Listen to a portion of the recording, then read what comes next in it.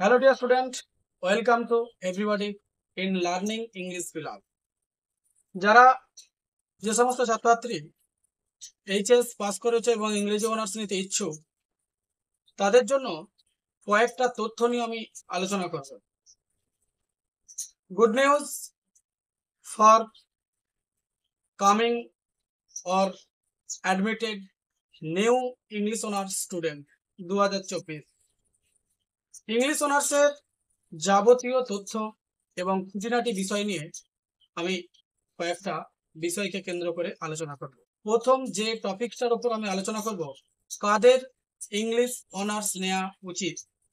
Actually English honours নেওয়া উচিত আমি তাদেরই বলবো যারা এইচএসে ইংলিশে 70% হোক, 80% হোক, 90% হোক অথবা 99% হোক, নিজের যোগ্যতায় নোট লিখে, নিজস্ব চেষ্টায় নোট লিখে, অর্থাৎ নিজস্ব ভাষায় যে লিখতে সক্ষম তারাই কেবলমাত্র ইংরেজি অনার্সে ভর্তি হবে। কিন্তু যারা ভাবছো আমি 99 পেয়েছি বা 90 পেয়েছি, 91 পেয়েছি বা 85 পেয়েছি, আমি ইংরেজি অনার্স নিলে অসুবিধাটা স্যার কোথায়?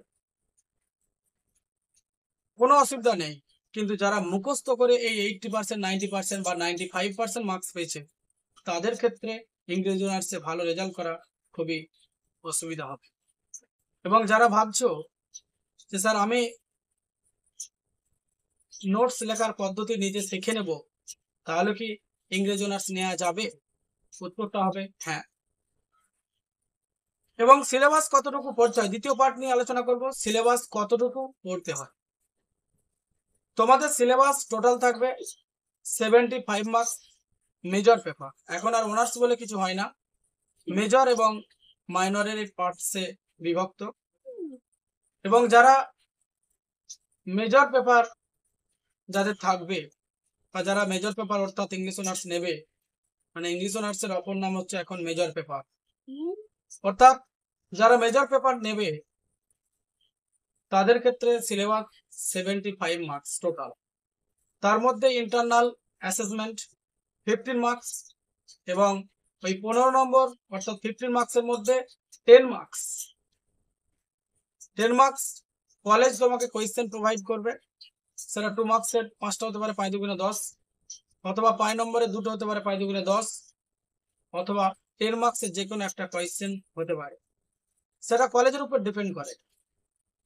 কিন্তু তোমাদেরকে রিটেন পরীক্ষা দিতে হবে টোটাল 60 মার্কসের, অর্থাৎ 60 নম্বর।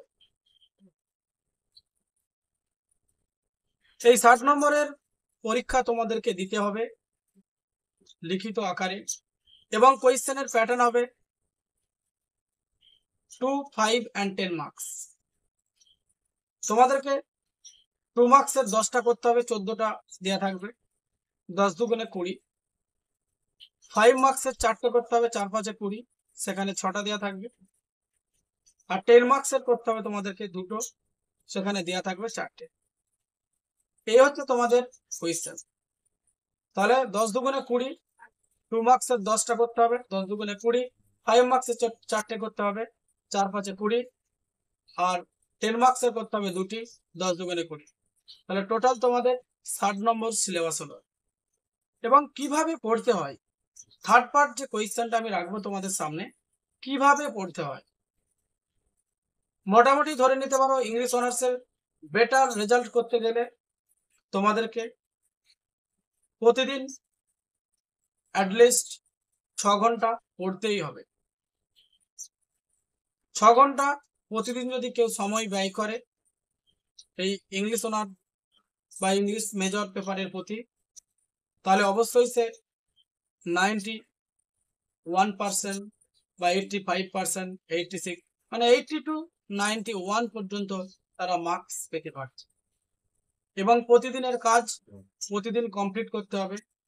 এবং যেখানেই তোমরা টিউশন পড়ো না কেন বা যেখানেই তুমি যেই প্রফেসরের কাছেই পড়ো না কেন, তোমাদেরকে অবশ্যই গুরুত্ব দিতে হবে লাইন বাই লাইন যে টেক্সটের ব্যাখ্যা হয়, সিম্বলিজম থাকে, ইমেজেস থাকে, বা যে রেফারেন্স গুলো, যে কম্পারিজন গুলো থাকে লাইনের মধ্যে, সেগুলোকে খুঁটিনাটি করে পড়তে হবে। শুধুমাত্র নোটসের উপর নির্ভর করে তোমরা ইংরেজি অনার্সে কখনোই ভালো রেজাল্ট করতে পারবে না, এটা মনে রেখো। অনেকেই ভাবে যে এতদিন আমরা ক্লাসে 12 পর্যন্ত স্যারদের নোটস মুখস্থ করে এসে এই এত মার্কস পেয়ে গেলাম, কিন্তু তাদের ক্ষেত্রে বলবো তারা ইংরেজি অনার্স সম্পর্কে বা অনার্স সাবজেক্ট সম্পর্কে তাদের কোনো ধারণাই নেই। আমরা এইচএসটাকে যদি একটা নালা ভেবে নিই, কিন্তু অনার্স লেভেলটা সেটা একটা সমুদ্র, তাহলে নালা আর সমুদ্রের সঙ্গে আমরা কখনোই তুলনা করতে পারি না। অনেক এইচএস শিক্ষক আছেন, তাদের কাছ থেকে তোমরা এইচএস পর্যন্ত পড়ায়, আমি তাদেরকে ছোট করে উদ্দেশ্য করে আমার এই কথাটা বলা নয়, এই কথাটা আমি তোমাদেরকে বলবো যারা এইচএস পর্যন্ত পড়ায় তারা অনেক রকম, হয়তো তোমরা সেই শিক্ষকদের কাছ থেকে অ্যাডভাইস নেবে, অবশ্যই নেবে, কিন্তু তোমাদেরকে বলবো তাদের বেসিক পাঠটুকুর মধ্যেই তারা সীমাবদ্ধ। তারা কিন্তু গভীরে সিলেবাস ইংলিশের যে ইংলিশ লিটারেচারের যে গভীরতা, সেই গভীরতাতে তারা কিন্তু প্রবেশ করেনি। কিন্তু যেহেতু আমি তোমাদেরকে নিজেকে বৃহৎ বা বড় হিসাবে প্রতিষ্ঠিত করার চেষ্টা করছি না তোমাদের সামনে, কিন্তু যেহেতু আমি বাস্তব ইংরেজি অনার্স পড়াই বাস্তবে এবং অফলাইন অনলাইন স্টুডেন্টদের বিভিন্ন ইউনিভার্সিটি স্টুডেন্টদের ক্লাস করিয়ে থাকি, সুতরাং তাদের থেকে একটু হলেও মনে হয় অভিজ্ঞতা বেশি।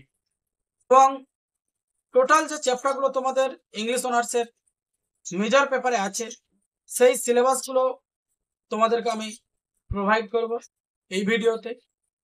এবং আরও যদি তোমাদের কিছু জানার থাকে অবশ্যই কমেন্ট বক্সে জানাবে, এবং নিচে ডেসক্রিপশন বক্সে হোয়াটসঅ্যাপ নাম্বার দেয়া আছে, সেখানে কমেন্ট করে তোমরা জানাতে পারো। এবং আমাদের অনলাইন এবং অফলাইন কোর্সে ভর্তি চলছে। যারা অনলাইন এবং অফলাইন কোর্সে ভর্তি হতে ইচ্ছুক, বারডন ইউনিভার্সিটি, কল্যাণ ইউনিভার্সিটি, বিদ্যাসাগর ইউনিভার্সিটি অন্তর্গত যারা যে সমস্ত ছাত্রছাত্রী বারডন ইউনিভার্সিটি, কল্যাণ ইউনিভার্সিটি এবং বিদ্যাসাগর ইউনিভার্সিটির অন্তর্গত যে সমস্ত ছাত্রছাত্রীরা ইংরেজি অনার্স ভর্তি হচ্ছ, তারা যদি কেউ অনলাইন এবং অফলাইন কোর্সে ভর্তি হতে চাও, অবশ্যই নিচের যে ডেসক্রিপশন বক্সে হোয়াটসঅ্যাপ নাম্বারটি দেওয়া আছে সেখানে কমেন্ট করতে ভুলো না।